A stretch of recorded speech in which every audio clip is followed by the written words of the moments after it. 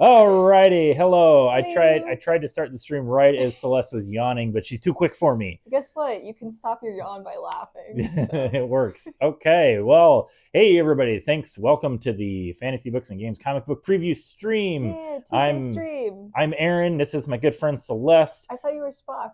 No, wrong. So wrong. No. But that's Look, these pips here. That means uh-huh. captain. This is a Sure. captain shirt. Okay. Also, Spock is from TOS. This is a next gen shirt. I can't right now. Sure. It's October, so it's Halloween month. So expect to see a lot of costumes on the stream. Yeah. But I'm always excited to talk comics with our good friend Celeste, and I don't want to spoil anything, but we have a special guest that's going to make an appearance later in the Yeah. episode, and Celeste is very excited because that means she doesn't have to be on the stream the whole time. I don't have to Uh, read as much. that's right. Yeah, but that's good. Spread it out. Spread Yeah. it out. So let's just get right into it. Hey, howdy, good friends, Celeste and Aaron. That's Hello. us. Hey, Celeste and Aaron. Big dingus So big energy. dingus energy. I don't think we know who I that think is. I know. Let's just jump right into it. We're wasting so much time on goofy stuff. If you've watched this stream before, I always like to start with a good old fashioned facsimile. Facsimile. And there are two facsimiles coming out tomorrow, but we're only going to talk about one, and it's not this one. What? Marvel Secret Wars number 10. I've not been enjoying the series. We're moving on. Solid. I don't have anything to say about it that I haven't already said in previous months. So yeah, we're just gonna go on. There's some other collected edition books that are coming out tomorrow that I want to talk about. I really like that Andrews McMeel Publishing is putting out these Calvin and Hobbes portable compendiums. They're nice little it's a slipcase, and then it has two books in it, and it's great because it's small and compact, so it's great for kids. And it's also one of the greatest comic strips ever made, if not the greatest comic strip ever made. And Yes. I'm not being what am I not being, Celeste? I'm not exaggerating when I say it's actually might be one of the greatest comic strips of all time. I agree with you. Like, my dad used to love Calvin and Hobbes, and so I grew up with one of the big books, Oh and yeah, yeah, I yeah. read through it so many times. I kind of want that because I don't have a version at my Yes, house. I agree. So, Everybody needs to read Calvin and Hobbes. I haven't actually bought these portable compendiums because I still have all of the original books that I mhm. got from like Scholastic 20, 30 years ago. Back Lucky. in the day, they're well read. Yeah. They're kind of falling apart. So I am considering getting these compendiums, or these portable compendiums. That's what they call them. But yeah, just if I sort of feel like silly recommending Calvin and Hobbes because I don't know of anybody that would have never heard of this comic I strip, mean, because, yeah. but it's also funny to think that it hasn't been in publication in over 20 years. I think the final Calvin and Hobbes strip ended in 97. Oh wait, really? Yeah, like Whoa. it went from like 84 to 97. It was basically, it might have been like 86 to 90. It was basically like 10 years. Like he had like a 10-year run, and he just dipped out. Old Bill Watterson, Okay. just a real genius. So I'm really excited, just to push Calvin and Hobbes on people because I love it. Okay, let's talk about some comic book issues that are coming out tomorrow. A lot of weird, random stuff that's coming out tomorrow. Like last week we were talking. We had so many books to talk to read and Just talk about. tons and It was tons. so many books. Yeah. So tomorrow is definitely, you can tell it's a lighter week because so much stuff. How much is that Calvin and Hobbes? Alex is asking. I don't know if we have a price tag on this copy. It is $22, my friend, and each compendium comes with two books. So this one is Oh. actually books 5 and 6. So they should have three of these. This is the third one to come out. They've got 1 and 2, 3 and 4, and this one is 5 and 6. But yeah, there was just so much stuff last week. I didn't actually have time to read and talk about everything that I wanted to talk about. So I got a few books from last week that we're going to talk about, but Okay. I'll save some of those for later on when we have our special guest arrive. But until then, let's talk about something that I read just on a lark because it looked kind of silly. the 45th anniversary of Svengoolie. Now, Celeste, This was on the wall. this is on the wall. It's new. Okay. It comes out tomorrow. Now, my wife has chastised me for being mean to you on camera before, so I'm not going to assume that you have no idea who Svengoolie is. I'm just going to acknowledge that you are excited about Yeah. a Svengoolie No, comic. Svengoolie is my favorite. Yes, Svengoolie Am is I saying that awesome. right? Yeah, it's Svengoolie. Do you know who Svengoolie is? It looks It's- like that weird character from that one. So, hold on. What yeah. is that? This is the Svengoolie Halloween Bonanza. So, okay, we'll just Okay, but tell me that doesn't look like that weird character from Toy Story that the like neighbor kid made and he put together. oh, like the Sid made the with the Yeah. erector set. I mean, He's sort got of. like weird little spider legs. So really what the motif they're going for here is a head in a pan. So like old Oh. horror movies like The Brain That Wouldn't Die, Uh-huh. things like that. Which, speaking of old horror movies, that's what Svengoolie is, a horror movie host. He has a show on television where they air old movies, and then before and after commercial breaks, he like introduces the movie. He does little sketches. Okay. A Sounds lot of fun. it is it like all just horror based? it's a horror and sci-fi, a lot just like B movies, stuff Yeah. like that. And so a lot of the humor is really pun based, a lot of puns. Nice. And Dad that definitely jokes. dad jokes, exactly. And that's all in this comic. And this is just kind of a fun little story about the characters that appear. Well, a notable thing about this, I really like that this cover is by the great Bill Morrison, who is the like regular Simpsons artist who draws the Simpsons comics. He's a really good artist. And there's a short story in here by an even bigger legend, Sergio Aragonés, who is famous for drawing in Mad Magazine and What Gru the is Wanderer. that? That's like a she creature. Beautiful. I like Yeah. her webbed feet. Look at Yes, that. exactly. Yeah. So pretty, just a fun, silly comic. But if you like silly, is if you like that? B movies, Wild. it's exactly what A it looks like, sheep man. Celeste. Okay. Yeah, sheep man. This is They're insane. monsters. Like he's like, this guy's like a half invisible man. Right on. Yeah, so it's good if you enjoy that type of my specialty, dad jokes. If you enjoy like B movies, like bad movies, bad horror movies, I'm sure you already know who Svengoolie is, but you might not know that there's a comic book out there. And so yeah, I think they've done a few others in the past. I can't remember specifically, but this is the 45th anniversary, so that's pretty cool. All right, Celeste, let's talk about something that you are excited about. We'll just go with this. Yeah. This is my pick of the week. It's your pick of the week. Adulthood is a myth. No, strike that is a gift. It is a gift. Aww. But I grabbed it because I love Sarah Scribbles, like all of her Mhm. work. They're so funny. Very, very relatable. So this is just a nice little book of a bunch of her comics. Whoa, and then Celeste, back up. Does this include a sticker set in the book? You would be right about Oh, that. That is yeah. the coolest thing about this book is at the very end you got all these stickers. Sarah Scribbles stickers. They're so cute. So we've talked about this dilemma before. I can't buy comics that have stickers in them because I can't take the stickers out. Buy Because- two and then take the stickers out of one of them. You know what? I think. Do you remember? Was it last year? It might have even been 2 years ago. I bought a Marvel superhero sticker book that we had in the store. Yeah. I still haven't taken a single sticker out of it, and it's a book that exists to just be stickers that you take out. And I can't do it. It's just a sticker book.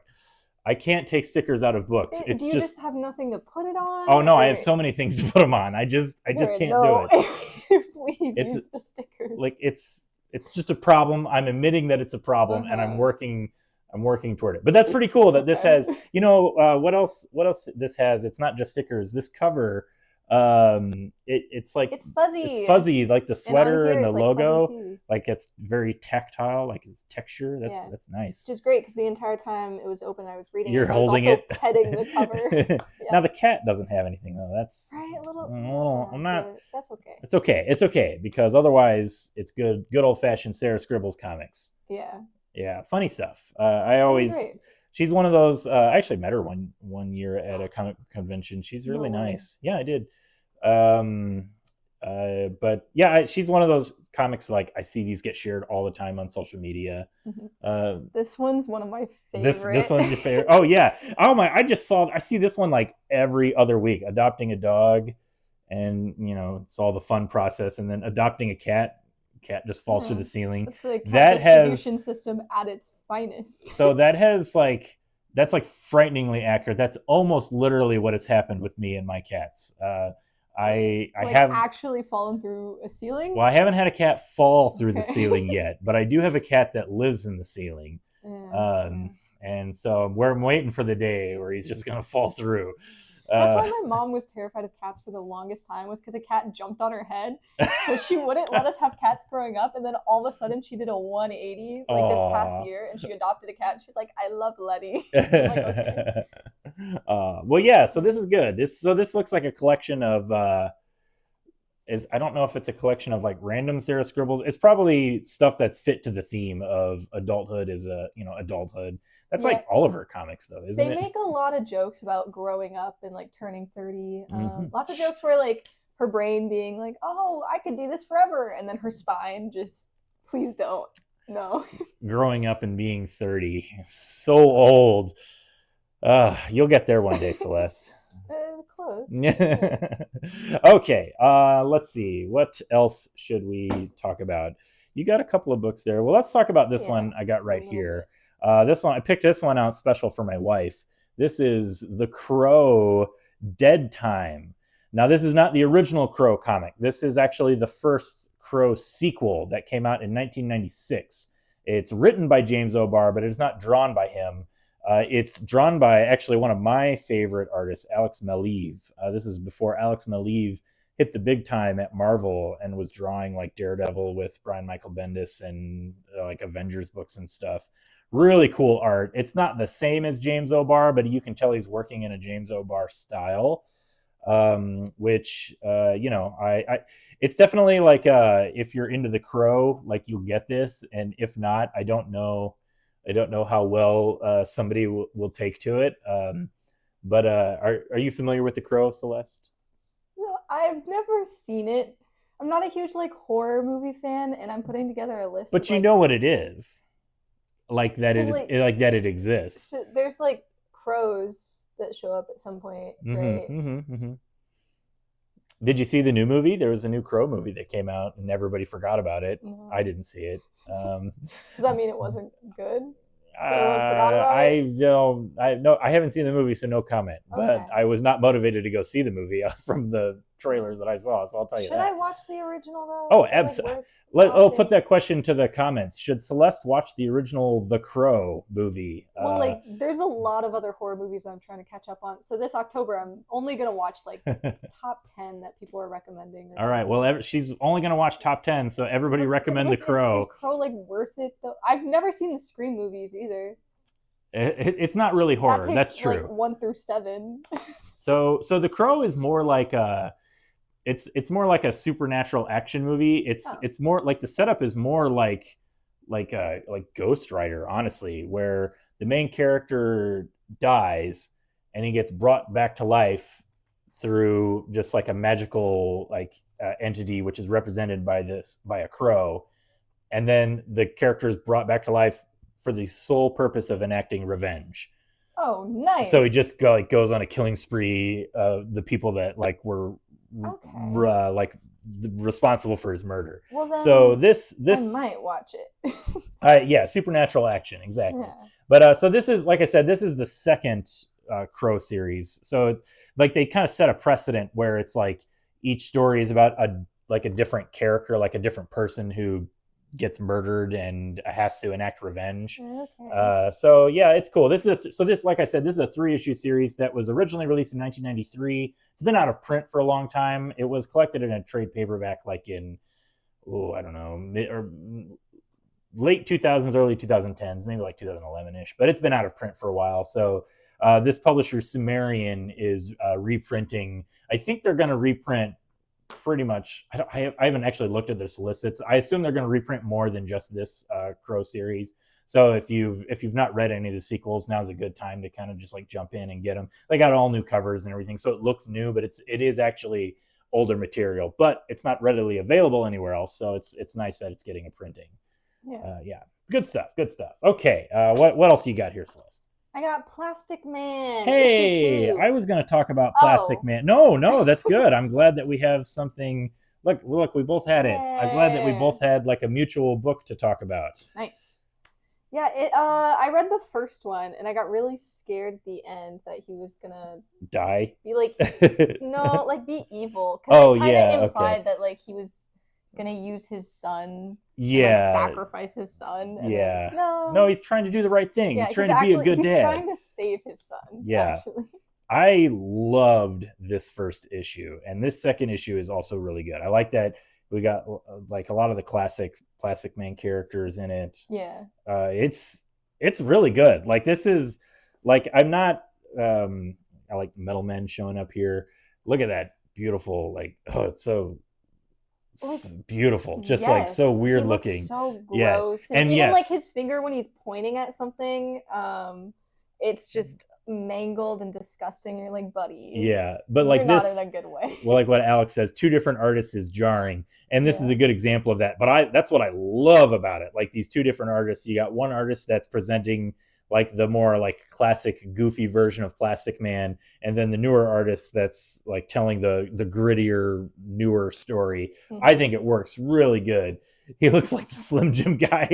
Yeah, a little bit. Yeah. But no, this is I'm not exaggerating when I say like this might be like one of my favorite of DC's Black Label books in a long time, and DC's really been putting out good stuff with their Black Label series. Yeah. But no, I really like it. And I like the 2 artists too, because it really shows like the contrast with he's not doing okay. Like he's dying, and then he's still cracking jokes, being like, it'll turn out okay. But it actually is like super heavy at times. Yeah. So. Beautiful book. Macho Man Randy Savage. No, the other Slim Jim guy. You goof. All right. I have one more book that I'm going to talk about, and you have one more book that you're going to talk about, and then we'll get our special guest. So, do you want to save yours for after mine? What do you want to do here? Okay, we're gonna. The other book I have to talk about, I haven't actually had a chance to read through it all, but that's because it's a pretty big manga book. It is the Manga Biographies of Charles Schulz. Now, this one, I grabbed this off the shelf just because I thought it was kind of funny that there's a manga biography of Charles Schulz, who, if you don't know, Charles Schulz is the creator of the comic strip Peanuts, Snoopy and Charlie Brown and all of that. I really like how he's in an anime style. That's what got me. And so it's a manga biography. It's a manga. And so the whole thing is in the style of manga. But so do they ever draw so they show Snoopy as a manga? No, they present his comics in his style, but like so you can see that. Right. Oh no, that's weird. Oh yeah. There's like a little like manga Snoopy.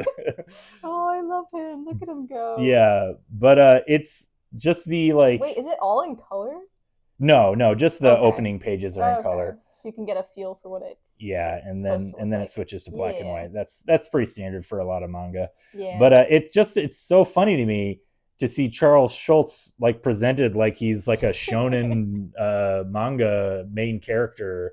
But it's also pretty charming. Like it looks really charming, and it looks like a pretty look at that. Like that's just it's such a manga panel, you know. I kind of love this. Right. Even this one too. Yeah, like him looking like a little like a Japanese character is just really funny. But it's a pretty thorough like origin, like a biography of just his life and how he came to create Peanuts. But yeah, I maybe this is what it will take to get a whole new generation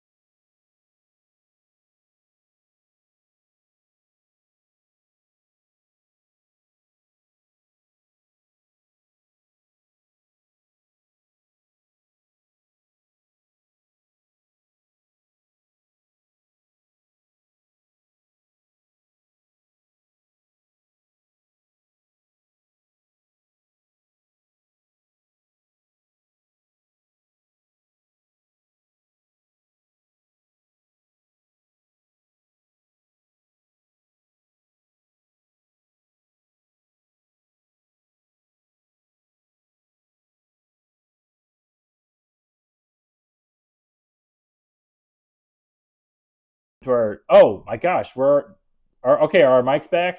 Okay, can you hear us? Did you mute All us? right, I think I think I Hello. might have accidentally clicked a button that I shouldn't have clicked. For how Um, long? Probably for like a minute or So two. this is Okay, we're back. multiverses. Multiverses. All right. Collision detected. So you said that Abby recommended this book to you, and you just immediately shut her down and said, "No, I don't read DC." Yeah, And and then a few Abby days later, I had to apologize because it's a good comic. and At least I enjoy it. Abby recommended it to me, and I said, "No, I don't read multiverse comics." But But you can. it It's right there. started in the middle of the Schultz book. Well, I don't have a whole lot else to say about you. You saw the pictures. It looks charming and fun, and it's I recommend it. We're moving on. We just that's the kind of Mickey Mouse operation we have going on here. Let's take a look at multiverses. So yeah, this is like based off a video game where a bunch of different properties like are all. It's like Smash Brothers, I think. I don't know. I haven't played it, but you got Tom and Jerry, Scooby Doo, Bugs Bunny, and the title of this is Something Wicked Witchy This Way Comes. And I was explaining the origin of that phrase. So that's like it's not a pun, but it's like a play on words. Like something wicked this way comes is it's the title of a famous book. It was made in a movie, but also the phrase comes from Shakespeare. By the prickling of my thumbs, something wicked this way comes. I'm not a total expert. I don't remember which play it is. I could have sworn it was like a Wizard of Oz thing. No. It's Shakespeare. But so this is like a pun on that because wicked in something like it's also used as an adjective to say something is like wicked cool, like something is so cool. So something wicked witchy this way comes. Something witchy, something wicked witchy is like there's like layers. Sure. Yeah, there's like layers to it. There's layers. It's really smart.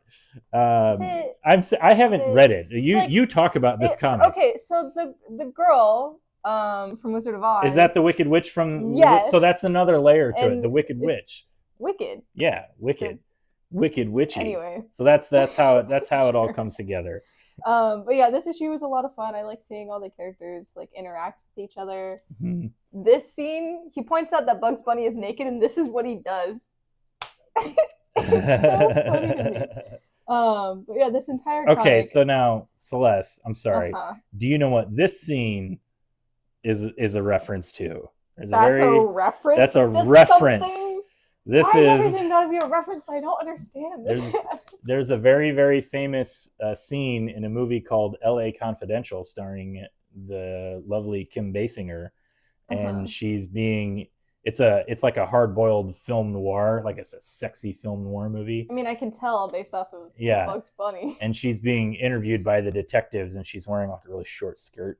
And she's got her Okay. legs crossed, and then she uncrosses them, Yeah. and then crosses them the other way. And the detectives are like, oh, oh. Batman. So over that's here this getting is we get the same flustered. scene. We get the same scene. Yeah, Batman and Bugs Bunny. That's so funny. But yeah, it's I recommend it to people. Abby recommends it to people. You know what? It looks good. I'll give them that. I really just can't I can't explain to you how little I care about reading this comic, but But no, but it's got like so many different characters. So if you just like one of those characters, then you can read. Like I grabbed it because Steven Universe. Oh yeah, Sure. Flash shows Yeah, up. My Flash, favorite DC character. There we go. Scooby Doo, and Shaggy, right? Yeah, people with more metabolism. Shaggy and It's Scooby insane. Doo. You were telling me earlier that you can't help but read this scene in their voices. Is that Buddy. correct? Why are you bringing that up? Well, you told me you could do I the. know you're You gonna told try me to you could get do the me- voices really well. I said the opposite.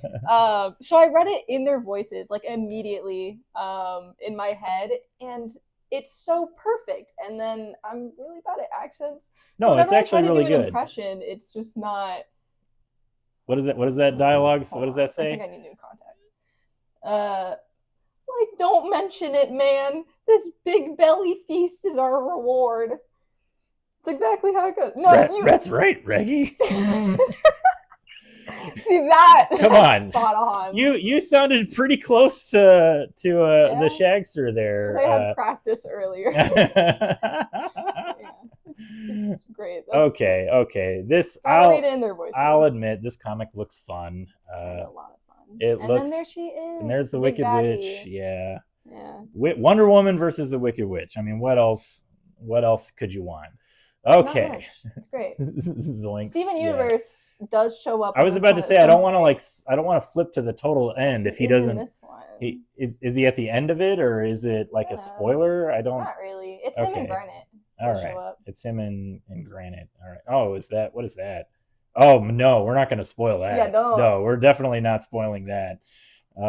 Okay, well, Just all show right. them. There's we'll show This is show my favorite bit. some This is Steven why I picked up Universe. this comic. Yeah, He's so cute. yeah. I like yeah. that the art style, the way it's all drawn is different than the normal like classic superhero style, like Mhm. DC style. Because this is what draws me in more. This like I'm sure kind it's of cartoony. I would artsy assume style. I would assume that it's done in the style of the video game, and I don't know if the video game has a little bit more like wiggle room where all the characters, like their sprites, are similar to their original animation style or not. But Maybe. this is a good looking comic. I'll give Yeah. them that. The whole Like premise is that they all are coming out of this video game into the Yeah. world, and so we'll see where it goes from there. But 10 out of 10. Okay. This might be my pick of the week. that Also, I like Sarah I Scribbles. was gonna say so- the multiverses or Sarah Scribbles. That's hard to say.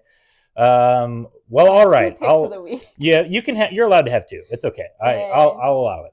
All right, so I'm going to quickly run through some of my regular polls that are coming out this week while you go grab our special guest. Okay. So, because I don't Bye. actually have a lot to say about these books, but I just want stole to my comics. just I'll get just them leave later. them in here.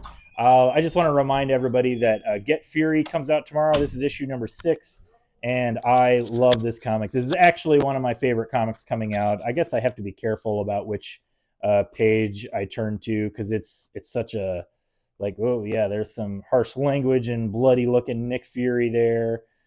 Just really cool Garth Ennis War Comics. I love this book. Highly recommend. Also coming out, Conan Battle of the Black Stone. I talked about this one. I think I talk about Conan most of the time it comes out, so I don't want to repeat myself too much, other than to say that I kind of went into this not looking forward to it because I don't need another crossover in my life. But I mean, Jim Zub is just killing it on this series. Like, this is really fun. I like the way that it encapsulates a lot of Robert Howard's other characters, not just like not just Conan. It has Solomon Kane and yeah, come on in, Sam. So really, really, it is. It's funny because I was just saying I don't like multiverse stories, which is one of the reasons I didn't want to read this, but it is essentially a multiverse story. It's like the Robert E. Howard multiverse, and I guess I'm just a sucker for Robert Howard stuff because I really liked it. All right, come on in, sit down, Sam. Gosh. Here we go. Our Oh, good boy. friend Sam Weber is here. Sam's here today, filling in for somebody else on Tuesdays. So I thought, man, this is a great opportunity to have somebody else on the stream. So first lesson for doing the stream. Do you have your comic books you want to talk about? No, I don't Okay. Go grab them. I got another book I'm going to talk about. That's Celeste said this was muted. yeah, you just flip the switch down. Okay. Yeah. So yeah, it's fine. Another book that's coming out tomorrow. Sam's gonna go grab his books that he wants to talk about.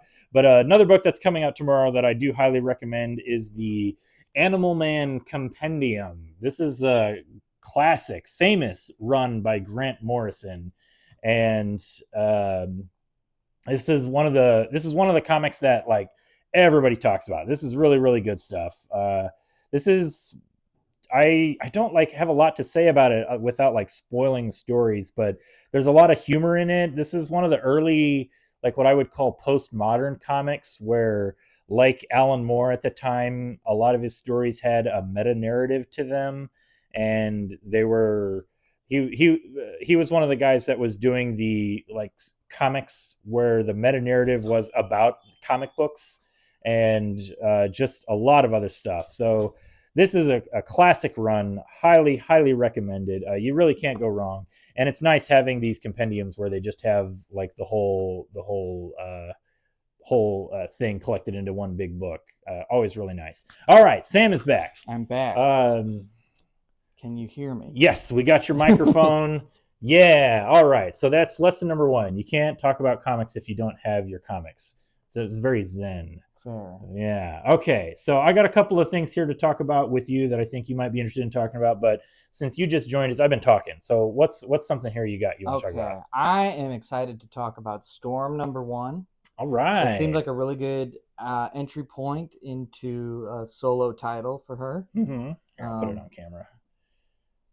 So yeah, Storm #1. Now this is just from the onslaught of new X-Men books that are coming out like every week. I haven't had a chance to read this one. I'm not gonna lie, kind of losing steam on a lot of these X-Men books. Like, say it ain't so. I know. I like X-Men, but it's not all bad. Some stuff I'm enjoying, but I wasn't in a rush to check out this book. So can you sell me on this issue? Well, I think it was a really strong start. There's some cool character development for where Aurora is going to go next. Mm-hmm. They tease early on that she's looking for possibly like a political role. Okay. There's some good action sequences and mutant politics. And then also some, I don't want to spoil Yeah, you don't have much. to spoil anything. Okay. There is this happened. This character here. You were reading it. Is this the character that you asked me who it was? Yes. Because I did the same thing. I was like, "It's like a reveal here," and I'm like, "Oh, this is like a big deal. Who is this character?" And I didn't know. Well, and the worst part about it is I'm reading X Factor, so it's like So I should have known who that was. Well, I mean, on the next page they say like it's okay. It's the character from X Factor. Yeah. But yeah, there was that funny moment. I did the same thing where I was like, "Wait a minute, am I supposed to know who that is?" But and yeah, you are reading X Factor, huh? But yeah, it looks good. Actually, I think the art in this looks better than some of the other X-Men books. Like these are really nice full page spreads here. Mm-hmm. Looks really good. Storm's an interesting character. I've always liked her and like the place she like her place in the X-Men mythology. Right. But I have to admit, I've never been able to fully buy her mutant power. Like, as I understand that, like at a base level, mutant powers are literally anything. It's just like whatever. Yeah. But like I always try to put like some scientific logic into it. And so just being able to control the weather just doesn't make any sense to me. I'm like, how could you evolve? How could your organism evolve in a way to control the weather? And I just, it's always something that really bothered me, but she's a good character, so I can't let it bother me too much. But yeah, so you liked this first issue. I did. Where does it stack up among like the other X-Men books that you've been reading, the new stuff anyway? That's a really good question. I hadn't thought about that. Yeah. Well, I mean, Kind of still pretty fresh. upper middle. Upper middle? Okay, that's solid. Yeah, that's good. Yeah. Looks like you have another X-Men book here. Yes. Did you read? So is this number 5 already of X-Men? So I have a complaint to make. They're putting this book out bi-monthly, like it's like coming out every other week. That's too fast. That's too fast. But I guess if you're really into the book, that's good. I like Stegman's art a lot, but I think I gave up reading it after issue 3. I think I flipped through 4, and 4 was the fill-in artist. Did you read this issue? Yes. Did you like it? I liked it. It's all Okay. psychic stuff. Okay. Yeah. Okay. I like. Jam-packed with psychic action. Okay, well that's cool. It's good. Yeah, it's good looking. Yeah. I like I said, Stegman's awesome. So I like the way this looks. I just don't always like the way the characters are written because they don't feel like they have the character's original voice. Like in they this kind of particular feel. run, or Yeah, just in these like the first like 3 issues, Yeah. I feel like what's his name, Jed McKay. Like some of the characters just they feel like. I don't know, just too quippy, too something. I don't know. I guess that's a spoiler, but I guess my interpretation of the Marvel universe is everybody's kind of a stand-up comic and quippy and. Whoa, buddy. I mean, what did I just do? No, you're not wrong, and that's like a huge like. I blame Joss Whedon. This is really the end of this. The end of this rant ends with me blaming Joss Whedon. And I do feel like it wasn't always that way. And then Joss Whedon got really popular, and now everybody is quippy all the time. Yeah. If everyone is Spider-Man, no one is Spider-Man. Exactly. Yes. That's my feeling. Who are those 2 characters, Jessica? Are you asking about the characters on the cover here, Jess? That is Psylocke and Quentin Quire. Psylocke and Quentin Quire. Yes, exactly. Who are 2 resident psychics. Now, Psylocke, she's in the X-Force book, so I guess she's making... is it Psylocke or is it Quanon? Because they're split into 2 people now, right? Like, I tell you what, if you want to go crazy, try to read up on the complete history of Psylocke and the character biography, because that character is a mess. But she's a hot Asian, so she sticks around. But yeah, so you've been digging this series? Yeah, you like this issue? I have. All right. I have to say, I probably like it more than Uncanny X-Men. And there's only been the 2 issues of Uncanny, but I thought That's the one by Gail Simone. that's the Gail Simone one. And I like her as a writer more than Jed McKay. But I think so far it's been kind of boring. But maybe that's not fair because Jed McKay's book is coming out every other week. So it's like coming out at a clip pace. They're already on issue 5 and it launched like 2 months ago. That's crazy to me. They're getting to the point. Yes, exactly. Yeah. So I respect that. On the subject of X-Men, I don't know if you saw this over there. You weren't here at the beginning of the stream, but I like to always start the viewers know that I like to always start the stream with a facsimile, and I saved this one for the end. It is a facsimile of Uncanny X-Men 244. This issue is from 1986-ish, I want to say. This issue, the reason it's getting a facsimile reprint is you would never be able to tell just looking at the cover. This is the first appearance of Jubilee in this issue. And it's actually a Jubilee story. It's kind of funny, though, that she's not on the cover. This is back in the day when they didn't, it was really arbitrary when they would decide to, push a character versus when there's just, a character just shows up in the story and then they go on to be, a big character. So that's this issue. And it's a Jubilee story, too. It opens up at the mall, and Jubilee, she's a mall rat, living in the mall. Classic art by Mark Silvestri. And it's also kind of funny how antiquated it feels now because malls, right? I mean, we're kind of lucky that we have a mall near us that's still sort of in operation, but back in the day, in this issue, malls was you could live in a mall, you could just hide out. And this is kind of one of those like what do I call it, like a take a break issues in the story, where there's not really like a lot of heavy plot going on.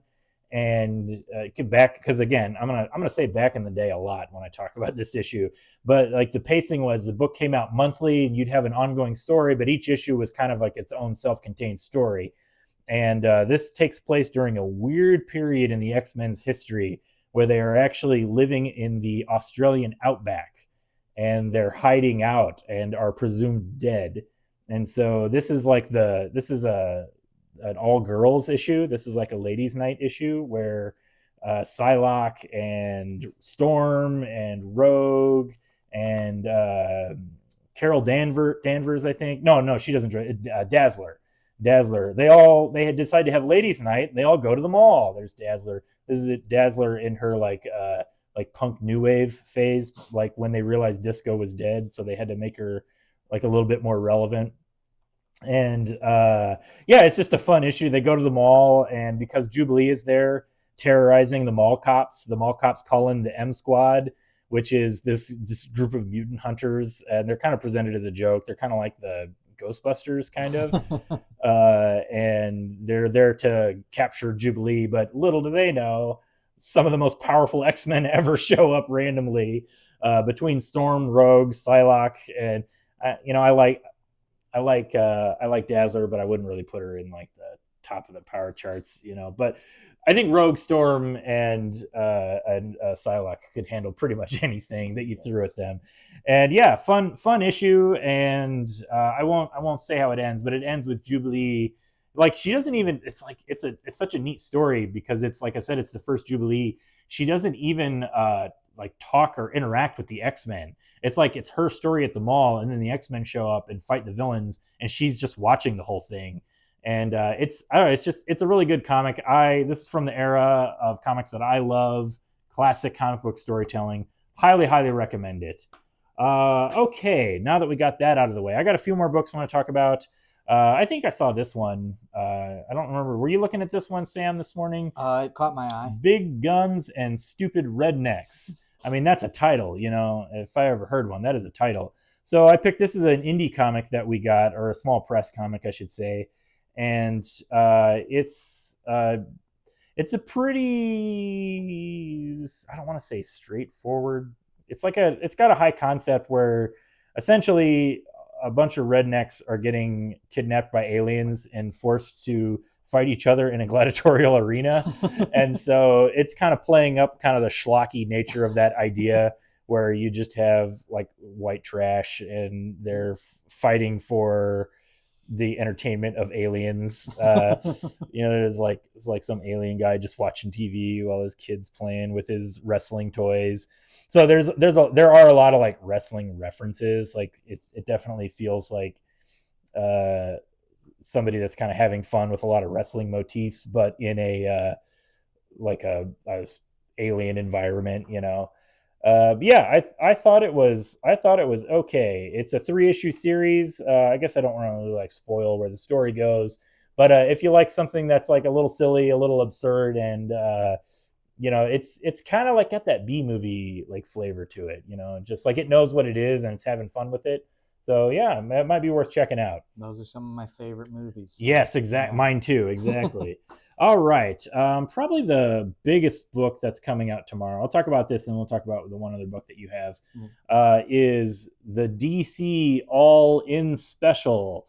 Now, this caught my eye because it is a flip book. And I've talked before about how much I like flip books, how you can read it like each side is a cover. So it's like upside down if you flip too far. So, gosh, where to begin? Sam, you know what the All-In Special is, yes? Yes. All right, well, give them the pitch. What is the All-In Special? Fans of like Justice League Unlimited are going to be really, really excited for this book because it's going to set up a new status quo, I think, for the DC universe and set up the Absolute line of books as well. Yes. Yeah. Yes, that's what it looked like it was doing. So like I said, it's a flip book. So this first story here is setting up the DC universe, the Justice League Unlimited. Like, see Booster Gold gets his membership card and he's all emotional and crying. And you got like their new space station and all like look at this big spread of heroes. So everybody, it's like all the people that are going to be in the Justice League. And then I don't want to spoil too much about what else happens, but some stuff happens. And then like immediately. Yeah, like pretty immediately. And then the flip side, now this is the one that kind of got me. So this one is kind of, you can see on the cover here, these are the absolute versions of the characters. Now, I think I'm on record as saying I'm not super excited about the absolute books. What about Batman? You know what? They don't look at me with those puppy dog eyes, Sam. It has nothing to do with the like quality of the books. I actually really love Nick Dragata's art. He's the artist on Batman. I think it looks cool. Yeah. I just it takes a lot for me to get interested in a new multiverse version of the characters. So I read this and it looks like it's kind of setting it up, and it's a little tied to the DC universe. Like these are like new. Yeah, Alex, you're hyped for Batman. I get it. I like I said, Nick Dragata is awesome. So looks cool. So this story opens up on the planet Apocalypse, and it's a bunch of shenanigans that Darkseid is getting into. Now this caught my eye because, first of all, I should say this story is illustrated by Wes Craig, who is an artist that I really like. He's drawing the monthly book Kaya that I've been reading, and I always recommend. So yeah, this is good looking. I can't think of a more appropriate guy to draw like a Jack Kirby-esque version of the Fourth World, Apocalypse, and all these characters than Wes Craig. He's definitely got a lot of Jack Kirby energy to everything that he does. And y'all know I love me some Jack Kirby, so you automatically win me over with that. So I liked this story, although it definitely, like, there's a preview for the absolute Batman. I do like the logo. I like that it's got that. It reminds me of one of the Batman animated series had a logo very similar to this. But yeah, like this definitely this story definitely goes all in on the DC style, where it really just kind of becomes this like a grand story that's like telling across the multiverse, you know. And I'm not gonna lie, it started to lose me a little bit around there, just because like I was losing like some of the characters were getting lost in it. But it's got a lot to set up because this is a springboard for like everything that's going to be happening in the DC universe after this. So you know, it's good to see the Justice League back. I think they've been gone since the Dark Crisis event like a few years ago. I think that was when they haven't had an ongoing Justice League book. So it's a solid starting point. I just hope it doesn't get too bogged down with event stuff, you know. But I think a lot of DC fans, that's what they like. So, you know, good for them. I think they're getting what they want. I'm going to be keeping an eye on it, all of it, from a distance, but we will see. All right, what else? Or did you have anything else you wanted to add about all? No, that was, you covered it. All right. Well, I'm a professional.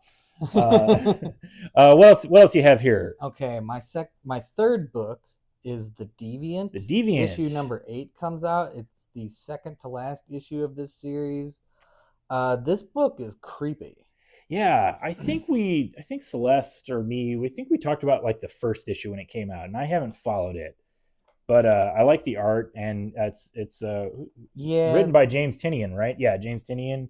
What level of gore and whatnot can you show on the screen? I'm not too worried about gore, but we'll try to be a little careful about. Yeah. I mean, right now we have this chopped up body, it looks like, under a Christmas tree. So yeah, that's pretty creepy. But I guess I don't want to flip too much into it because I don't want to spoil anything from anybody. Oh, look, blow molds. Yeah, was there a blow mold there? Did I miss it? Yeah, like the Santa there. Yeah, it's like ceramic. It looks, I think that's an ashtray. It's like a ceramic ashtray. Probably the murder weapon. But yeah, cats and Christmas. Cats. Yeah. So yeah, this is it's like a creepy Christmas book, huh? Yes. Allegedly a Christmas story by the title. Oh, There has now not I get it. been much Christmas cheer or Christmas anything for that matter. All the Christmasness is kind of creepy and distorted and twisted by murder. Okay, I get it. And these are the blow molds Jessica was talking about. These are like standard Christmas ornament decorations.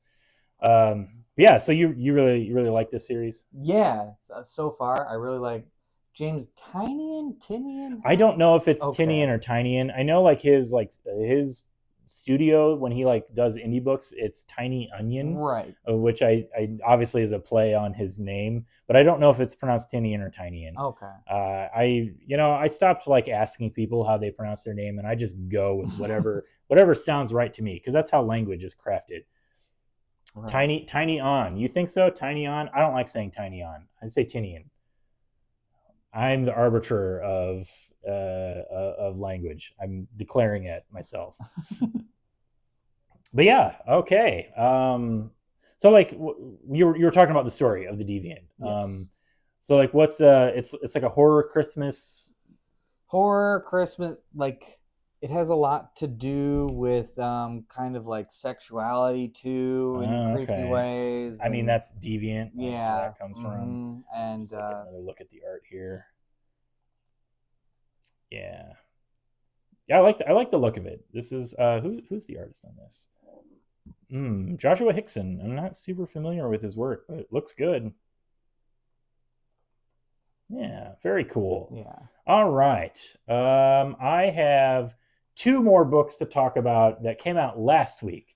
I think I was saying earlier in the episode to Celeste, and I'm sure you know or you're familiar, Sam, last week there were so many comics that came out. Yes. And I didn't even have time to talk about them all on our stream. I was like blasting through everything. I was just like, I spent like 30 seconds on each book just so that we could, get through it all. But there were two books that came out that I didn't get a chance to talk to. One was the Turtles of Grayskull. It's the crossover everybody's always wanted: Teenage Mutant Ninja Turtles and He-Man. Sam, were you ever a Ninja Turtles or He-Man kid? Ninja Turtles for a hot minute. Yeah, but like He-Man, never. No He-Man? Never. Did you look at this issue? Have you had a chance to read it? I have not. So I admittedly, a lot of times when I see these types of like IP crossovers, like last week we talked about the Mighty Morphin Power Rangers Usagi Yojimbo comic, and I was just like, yeah, that's neat that they do that. I love Usagi Yojimbo, but I don't need to read it. Like, I don't know why it exists other than just to, try to use the property, try to get something out of it. But I didn't feel like it was a story that anybody really wanted to tell. This comic though, like normally, again, I'm like He-Man, Ninja Turtles, like that seems like something that's a good idea for a toy line. I don't know if I actually need to read a comic about that. But as you can see, this is illustrated by Freddie Williams II, Freddie Williams II, who he illustrated the Batman Ninja Turtles comics, and he's done a lot of stuff for DC. He's a really good artist. I like his art a lot. And it's written by Tim Seeley, who is a writer that I really, really like. He is currently writing Local Man, which is one of my absolute favorite comics coming out right now. He's written a ton of stuff. I've talked about several different books that he's done on the stream. So I decided to give this a chance, and it's pretty cool. I gotta say, this comic is a lot better than a Ninja Turtles He-Man crossover has any right to be. I'll tell you that much. He has hair. Look at Michelangelo with he look real good in Page Boy hair. That's hilarious. Michelangelo with He-Man hair. That's great. But like, I like these designs. Like they look like the toy line you would expect if they did a He-Man Ninja Turtles crossover. You would see like the turtles in kind of these variations on He-Man characters. Like Donatello is, you can see him kind of on the first page. He's got like a man-at-arms thing. Raphael is, I know you said you don't know any of the He-Man characters. This is Ram Man, who is one of the most famously inappropriate named. Ram Man, second only to Fisto. Oh God! And like Michelangelo, I'm not sure which character he's kind of a riff on, but Leo obviously got a little bit of the He-Man thing going on with the where did he go?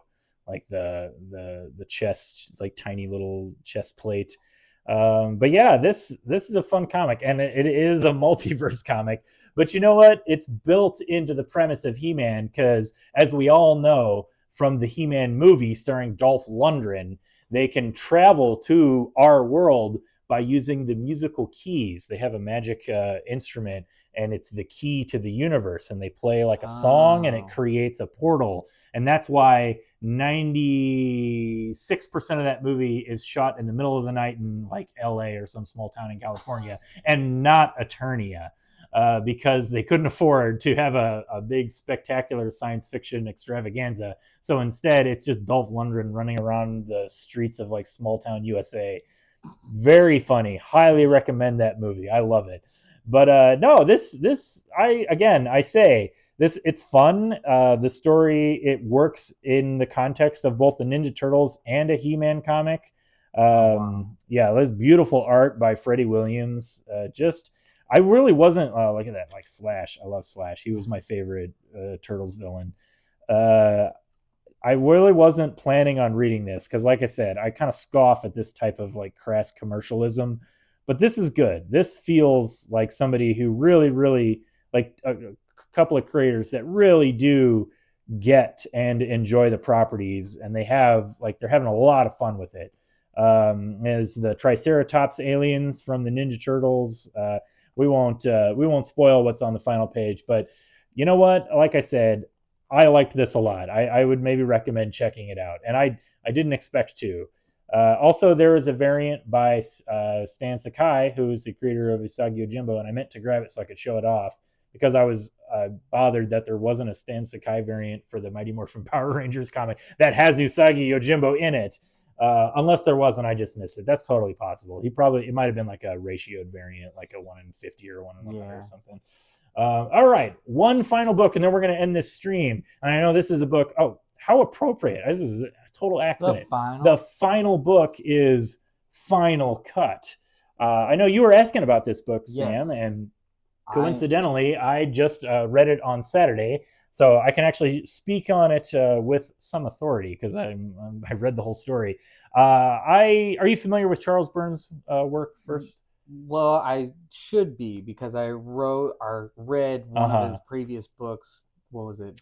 Black Hole. Black Hole. Yeah. Right. Yeah. I also read Black Hole many years ago, and I don't really remember it. It's been a long time. Yeah, I kind of went into this like being like, oh yeah, I remember like Charles Burns. So first of all, I will say I really like the art in this. I think the art is definitely the selling point. This is a book. I'm going to have to be careful about which page I turn to because there's definitely. So this is definitely like an underground alt comic, and sexuality plays a major theme in it.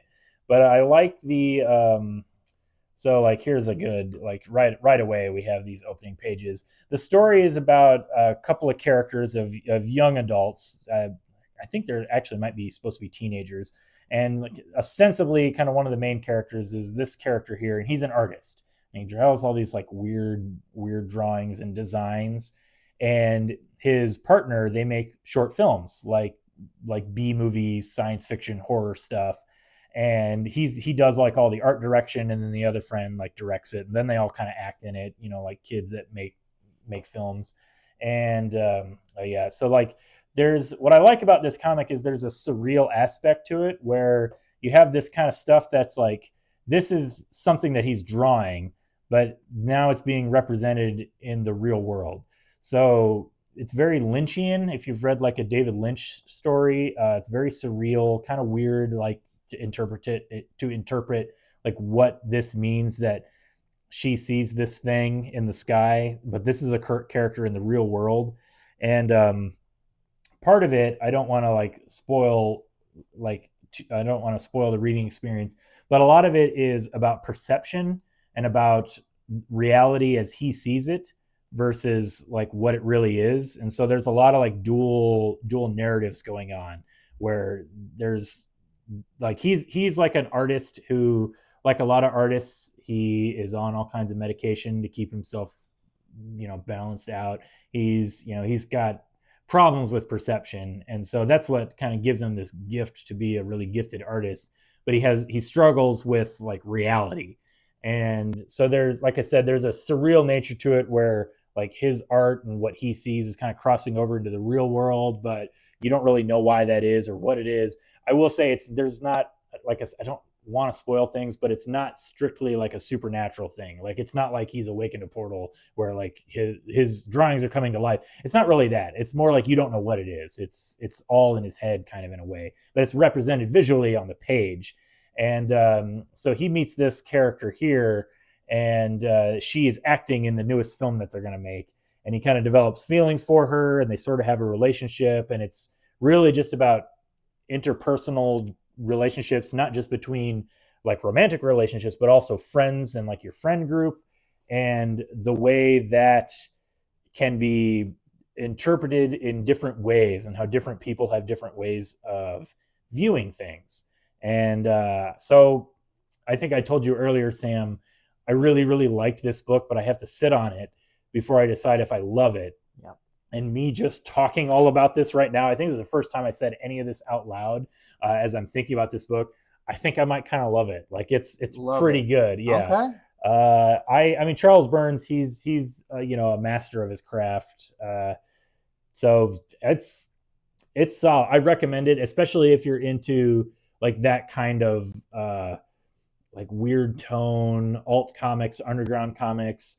Like I've always seen Charles Burns as somebody who's I don't know if he gets compared to Dan Clowes a lot. When I see his work, I see like versions of Dan Clowes. Like you can kind of see it just like in these characters. The way he does like inking. Yeah, like these like this shading on the face here. Mhm. Like that makes me think of Dan Clowes. But I think Dan Clowes is a much more versatile artist. Like he's got a lot of different. Oh, look at that creepiness. He like Dan Clowes does a lot of like different cartooning and like caricature in what he does. Oh yeah, here they're talking about. That's another thing I like about this book is that you get to see Charles Burns like recreate art from like old weird B movies, like this like Rodan, like from Godzilla, and cool. some of it is real and some of it is made up. And oh, that's a good idea, Celeste. Thank you. Well, our good friend Celeste just barged in and interrupted the stream and reminded me that it is actually about time for us to wrap it up. But I think I've said everything I can say about Final Cut. I do really recommend it. I think it's really good. And we're going to leave you with one final note. It is our Customer Appreciation Month. And that means we are having a raffle at the end of the month. Grand prize, a $250 shopping spree. So come into the store. Every $10 you spend gets you a ticket entered into that raffle. And, you should come into the store anyway, just so you can buy comic books and talk to us, because I love talking about comics. Sam, I think you like talking about comics. Is that maybe? Maybe. Okay. Sam, maybe. No, of course you do. All right. Thanks everybody for tuning in. Check out Fantasy Books and Games. You can't get them from us, get them from somewhere, but you should definitely get them from Fantasy Books and Games. All right. We're dipping out. We're over our time limit. So thanks everybody for tuning in. We'll see y'all later next time. Bye. Thanks.